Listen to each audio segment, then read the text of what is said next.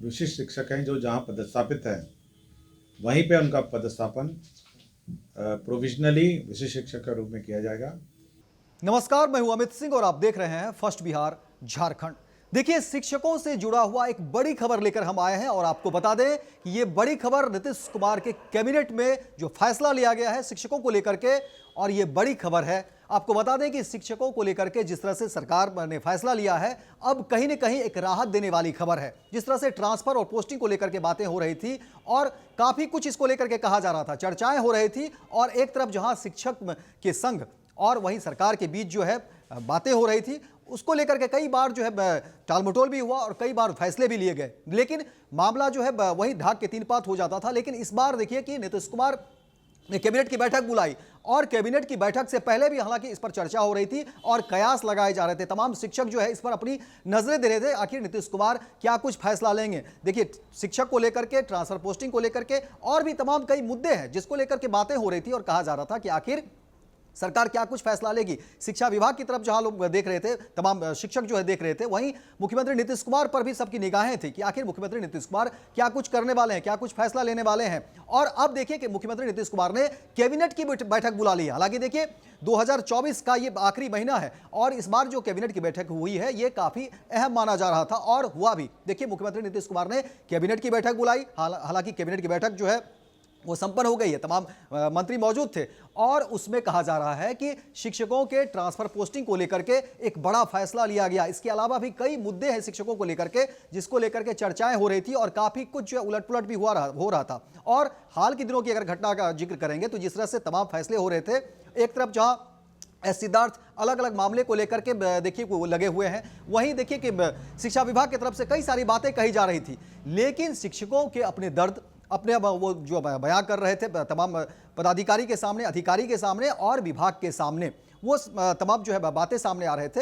लेकिन शिक्षकों को एक भरोसा था, एक उम्मीद थी कि हाँ, हमारे मामले को लेकर के सरकार कुछ फैसला सुनाएगी, कुछ स्पष्ट जो है निर्णय सामने आएंगे। लेकिन अब एक बार फिर से देखिए कि मुख्यमंत्री नीतीश कुमार ने जब कैबिनेट की मीटिंग बुलाई और उससे पहले तमाम जो है चर्चा हो रही थी, लेकिन अब इस कैबिनेट के फैसले में तमाम बातों का जिक्र है। और आपको बता दें कि जिस तरह से बातें सामने आई है उसमें देखिए जो बातें कही जा रही है कि नीतीश कैबिनेट में जो फैसला लिया गया है शिक्षकों को लेकर के, आपको बता दें कि सरकार ने बिहार विद्यालय विशिष्ट शिक्षक नियमावली को स्वीकृति दे दी है और इस नियमावली के संशोधन के बाद विशिष्ट शिक्षकों के सक्षमता परीक्षा, अनुशासनिक कार्रवाई, अपील एवं पुनर्निरीक्षण से संबंधित नियमों के संशोधन से बेहतर सेवा शर्त उपलब्ध हो सकेगा। इस तरह की बातें अब सामने आ रही है। वहीं कहा जा रहा है कि अब 3 जगह 5 बार सक्षमता परीक्षा ली जाएगी। वहीं पास होने वाले जो शिक्षक जहां पढ़ा रहे हैं वहीं योगदान देंगे।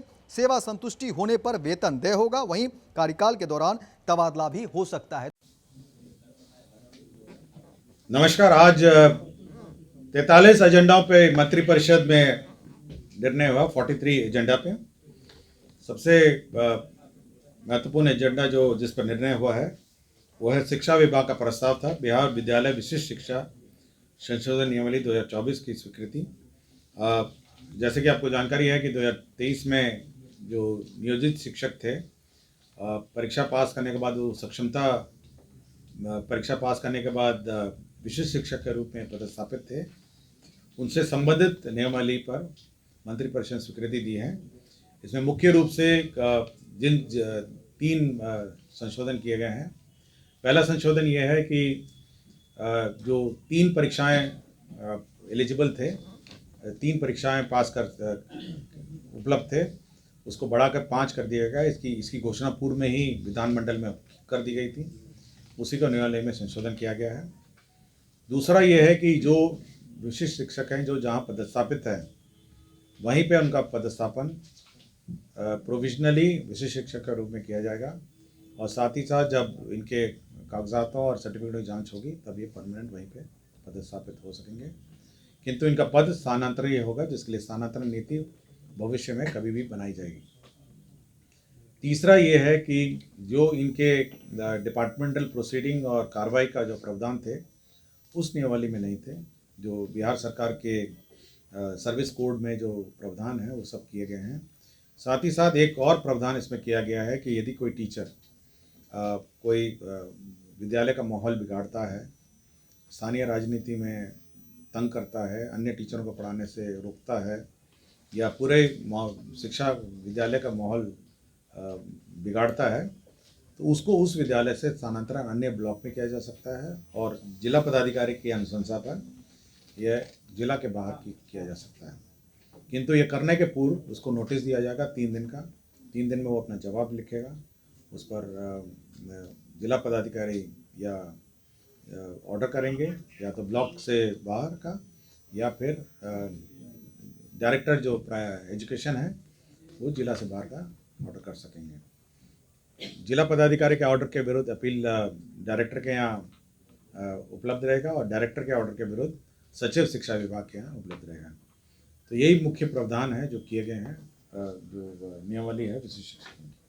तो देखिए ऐसे कई मामले थे जिसको लेकर के चर्चाएं हो रही थी और इस बार जो मुख्यमंत्री नीतीश कुमार की कैबिनेट की बैठक हुई है, इसको लेकर के पहले से ही कहा जा रहा था और लोग उम्मीद लगा रहे थे। तमाम जो शिक्षक थे उनकी भी उम्मीदें थी, वो भी अपनी आस देख रहे थे कि आखिर इस बार कैबिनेट की बैठक होगी। मुख्यमंत्री नीतीश कुमार जब कैबिनेट की बैठक बुलाएंगे तो क्या कुछ फैसला लेंगे, क्या कुछ मेरे हित में होगा। और देखिए कि जब कैबिनेट की बैठक हुई, तमाम मंत्री की मौजूदगी होती है और उस कैबिनेट की बैठक में देखिए कि जिस तरह से मामले आए हैं शिक्षकों को लेकर के और विशेषकर ट्रांसफर पोस्टिंग को लेकर के, देखिए सरकार की तरफ से जो बातें कही जा रही है, जिस तरह से बातें हो रही है और उसमें कहा जा रहा है कि दूरी को लेकर के या अपनी जो परेशानी है, शिक्षक अपनी परेशानी बताएंगे और उसमें तमाम चीज़ों को देखते हुए वरीयता दी जाएगी और फिर जो है ट्रांसफर या पोस्टिंग को लेकर के बातें होगी।